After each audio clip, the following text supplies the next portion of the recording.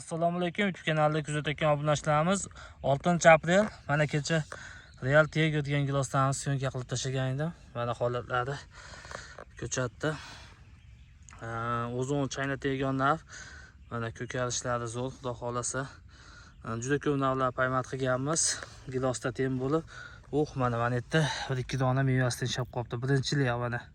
Ko'p do'stlar, mana bunda bitta ekan. O'ylanib tushiramiz. Mana mevasi Real Tiger birinchilda meva qilyapti. Mana ko'chatlarda holati 3-bay yashi kelib qoldi. Kimga mashaqqat istiqbolli sinovdan o'tgan navdagi ko'chatlar kerak bo'lsa, Farg'onalik bog'bonga aloqaga chiqaverasizlar. Xudo xolasa noyabr oyiga tayyor bo'ladi. May oyidan zakaz olishni boshlayman. Mana shu yerda juda ko'p gilos sortlar payvand bo'lgan.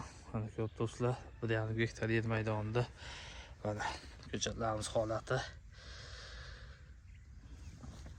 O'sishlari zo'r, xudo xolasa.